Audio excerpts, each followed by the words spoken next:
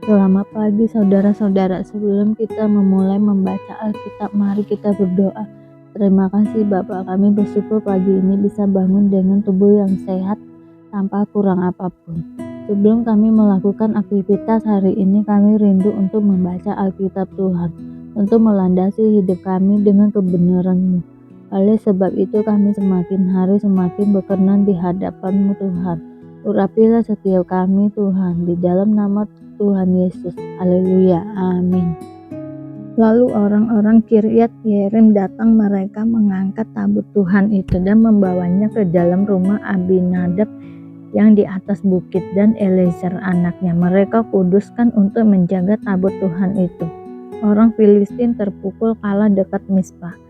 Sejak saat tabut itu tinggal di Kiryat Yearim, berlalulah waktu yang cukup lama, yakni 20 tahun, dan seluruh kaum Israel mengeluh kepada Tuhan.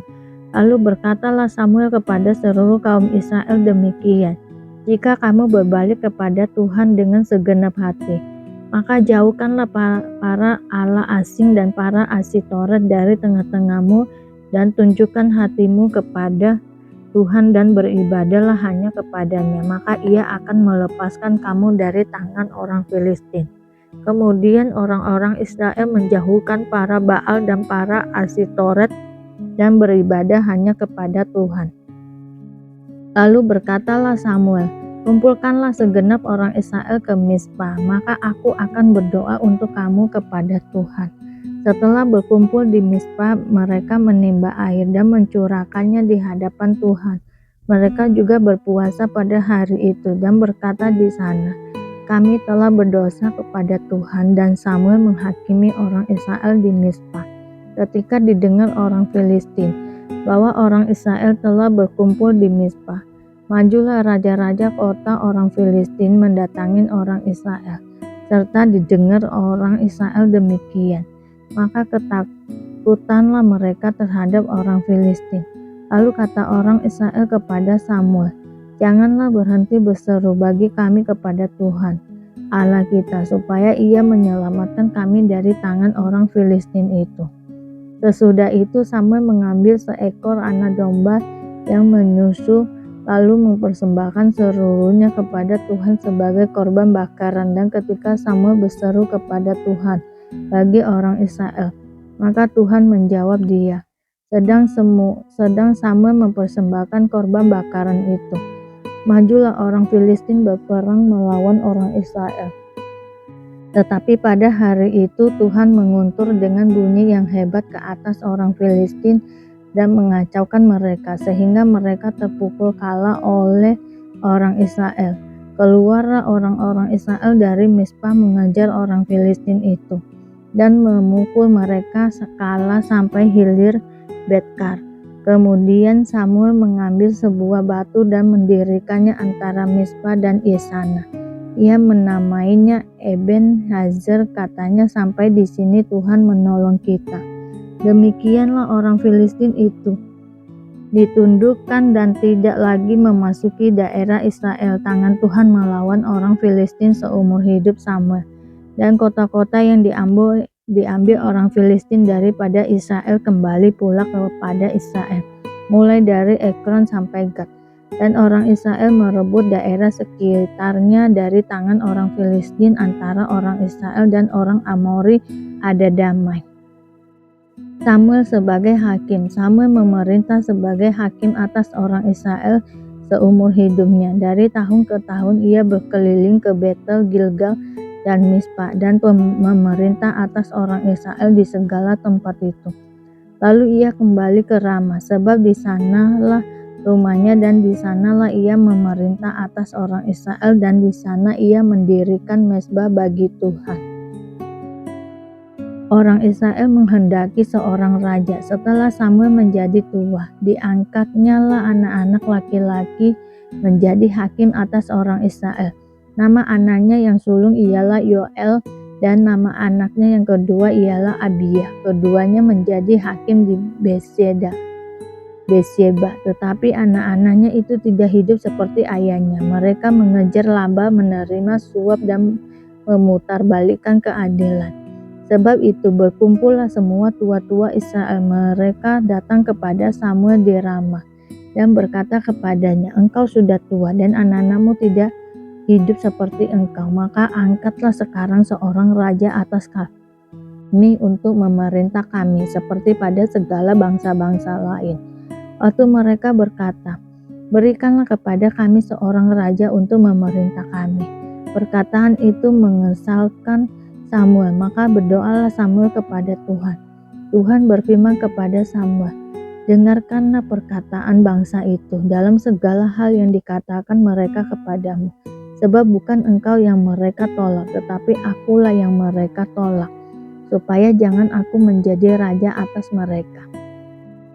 Tepat seperti yang dilakukan mereka kepadaku sejak hari aku menuntun mereka keluar dari Mesir sampai hari ini, yakni meninggalkan daku dan beribadah kepada Allah lain.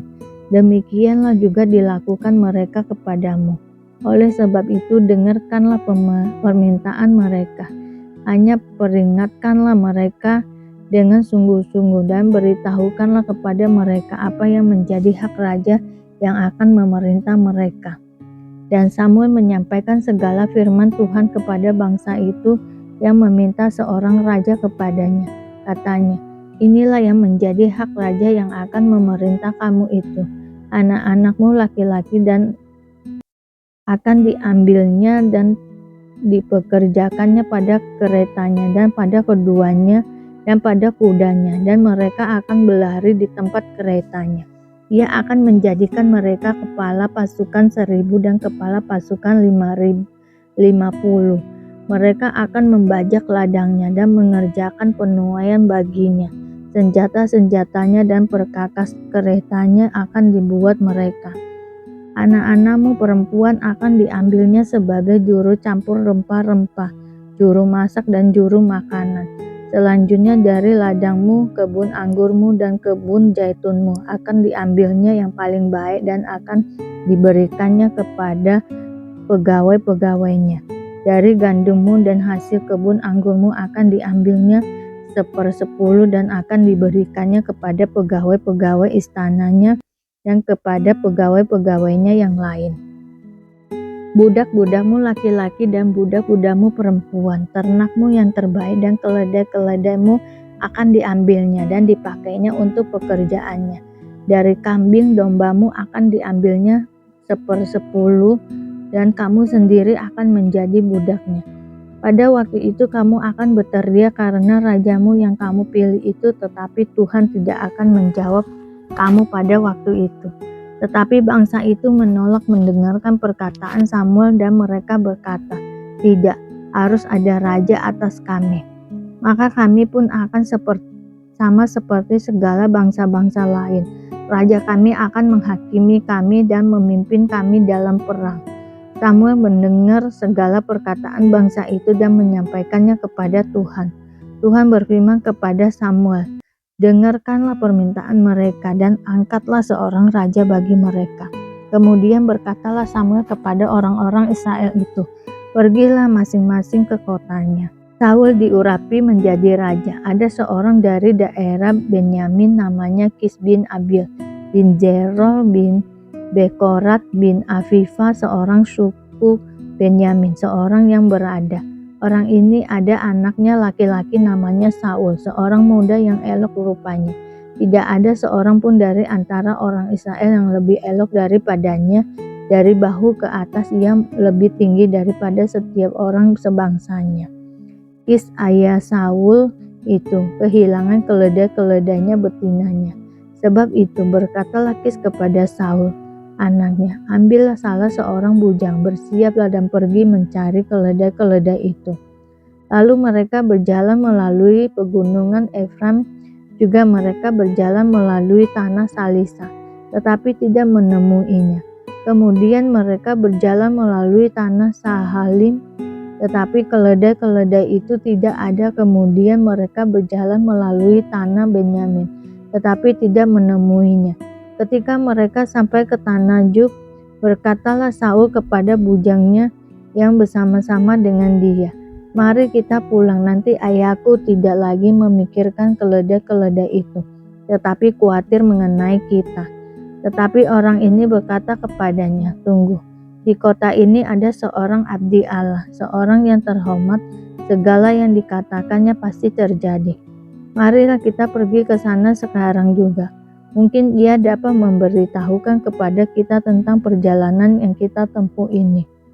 Jawab Saul kepada bujangnya itu, "Tetapi kalau kita pergi, apakah yang kita bawa kepada orang itu? Sebab roti di kantung kita telah habis dan tidak ada pemberian untuk dibawa kepada abdi Allah itu. Apakah yang ada pada kita?" Jawab bujang itu pula kepada Saul, "Masih ada padaku seperempat sikal perak, itu dapat aku berikan kepada abdi Allah itu. Maka ia akan memberitahukan kepada kita tentang perjalanan kita." Dahulu di antara orang Israel, apabila seseorang pergi menanyakan petunjuk Allah, ia berkata begini, "Mari kita pergi kepada pelihat." Sebab nabi yang sekarang ini disebutkan dahulu pelihat. Kemudian berkatalah Saul kepada bujangnya itu, "Pikiranmu itu baik, mari kita pergi." Maka pergilah mereka ke kota, ke tempat abdi Allah itu. Ketika mereka naik jalan pendakian ke kota itu, mereka bertemu dengan gadis-gadis yang keluar hendak menimba air. Mereka bertanya kepada gadis-gadis itu, "Pelihat ada di sini?" Jawab gadis-gadis itu kepada mereka, "Iya, ada. Baru saja ia mendahului kamu. Cepat-cepatlah sekarang. Ia datang ke kota hari ini karena ada perjamuan korban untuk orang banyak di bukit pada hari ini. Apabila kamu masuk ke kota, kamu akan segera menjumpainya sebelum ia naik ke bukit untuk makan, sebab orang banyak tidak akan makan sebelum ia datang. Karena dialah yang memberkati korban, kemudian barulah para undangan makan. Pergilah sekarang, sebab kamu akan menjumpainya dengan segera." Maka naiklah mereka ke kota, dan ketika mereka masuk kota, Samuel yang berjalan keluar untuk naik ke bukit berpapasan dengan mereka. Tetapi Tuhan telah menyatakan kepada Samuel sehari sebelum kedatangan Saul demikian, "Besok kira-kira waktu ini aku akan menyuruh kepadamu seorang laki-laki dari tanah Benyamin. Engkau akan mengurapi dia menjadi raja atas umatku Israel, dan ia akan menyelamatkan umatku dari tangan orang Filistin. Sebab aku telah memperhatikan sengsara umatku itu karena teriakannya telah sampai kepadaku." Ketika Samuel melihat Saul, maka berfirmanlah Tuhan kepadanya, "Inilah orang yang kusebutkan kepadamu itu. Orang ini akan memegang tampuk pemerintahan atas umatku." Dalam pada itu Saul datang mendekati Samuel di tengah pintu gerbang dan berkata, "Maaf, di mana rumah pelihat itu?" Jawab Samuel kepada Saul, katanya, "Akulah pelihat itu. Naiklah mendahului aku ke bukit. Hari ini kamu makan bersama-sama dengan daku. Besok pagi aku membiarkan engkau pergi, dan aku akan memberitahukan kepadamu segala sesuatu yang ada dalam hatimu. Adapun keledai-keledaimu yang telah hilang 3 hari lamanya sampai sekarang, janganlah engkau khawatir, sebab telah diketemukan. Tetapi siapakah yang memiliki segala yang diingini orang Israel? Bukankah itu ada padamu dan pada seluruh kaum keluargamu?" Tetapi jawab Saul, "Bukankah aku seorang suku Benyamin, suku yang terkecil di Israel? Dan bukankah kaumku yang paling hina dari segala kaum suku Benyamin? Mengapa Bapa berkata demikian kepadaku?" Sesudah itu Samuel mengajak Saul dan bujangnya. Dibawanya ke pendopo dan diberikannya kepada mereka tempat utama di depan para undangan, yang banyaknya kira-kira 30 orang. Berkatalah Samuel kepada juru masak, "Berikanlah sekarang bagian yang kuberikan kepadamu tadi dengan pesan, simpanlah ini dahulu." Lalu juru masak itu menghidangkan paha dan apa yang termasuk ke situ, dan meletakkannya ke depan Saul. Dan Samuel berkata, "Lihat, yang tinggal ini diletakkan ke depanmu. Makanlah, sebab telah disimpan bagimu untuk perayaan ini." Ketika aku berkata, "Aku telah mengundang orang banyak." Demikianlah pada hari itu Saul makan bersama-sama dengan Samuel. Sesudah itu turunlah mereka dari bukit ke kota, dan Samuel bercakap-cakap dengan Saul di atas sotong.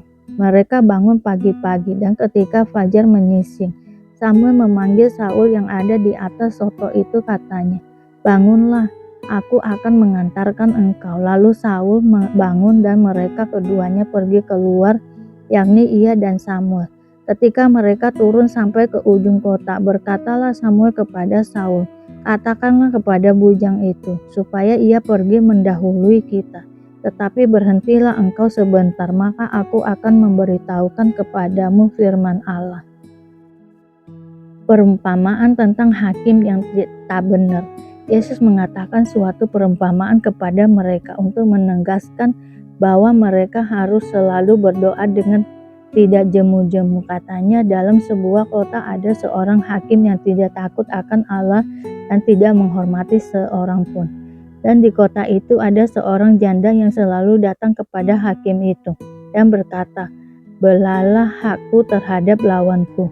Beberapa waktu lamanya hakim itu menolak, tetapi kemudian ia berkata dalam hatinya, "Walaupun aku tidak takut akan Allah dan tidak menghormati seorang pun, namun karena janda ini menyusahkan aku, baiklah aku membenarkan dia supaya jangan terus saja ia datang dan akhirnya menyerang aku."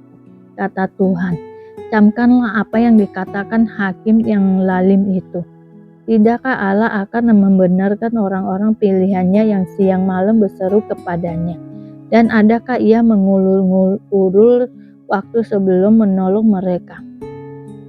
Aku berkata kepadamu, ia akan segera membenarkan mereka. Akan tetapi jika Anak Manusia itu datang, adakah ia mendapati imam di bumi?" Perumpamaan tentang orang Farisi dan pemungut cukai. Dan kepada beberapa orang yang menganggap dirinya benar dan memandang rendah semua orang lain, Yesus mengatakan perumpamaan ini. Ada dua orang pergi ke bait Allah untuk berdoa. Yang seorang adalah Farisi dan yang lain pemungut cukai. Orang Farisi itu berdiri dan berdoa dalam hatinya, "Begini, ya Allah, aku mengucap syukur kepadamu karena aku tidak sama seperti semua orang lain, bukan perampok, bukan orang lalim, bukan pezina, dan bukan juga seperti pemungut cukai ini. Aku berpuasa 2 kali seminggu. Aku memberikan 1/10 dari segala penghasilanku."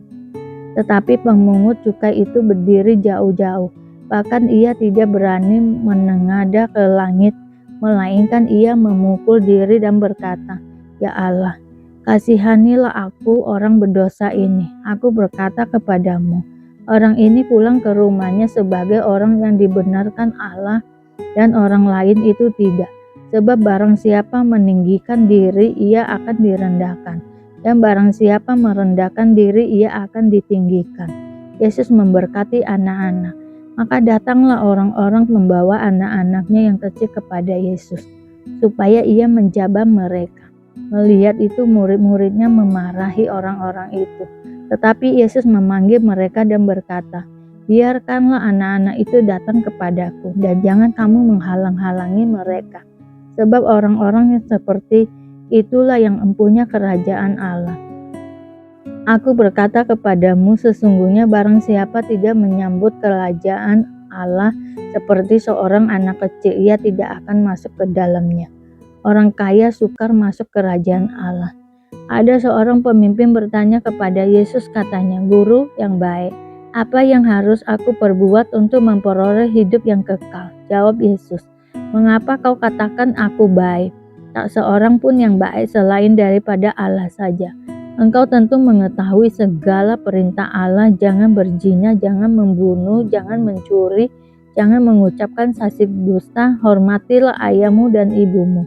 Kata orang itu, "Semuanya itu telah kuturuti sejak masa mudaku." Mendengar itu Yesus berkata kepadanya, "Masih tinggal satu hal lagi yang harus kau lakukan.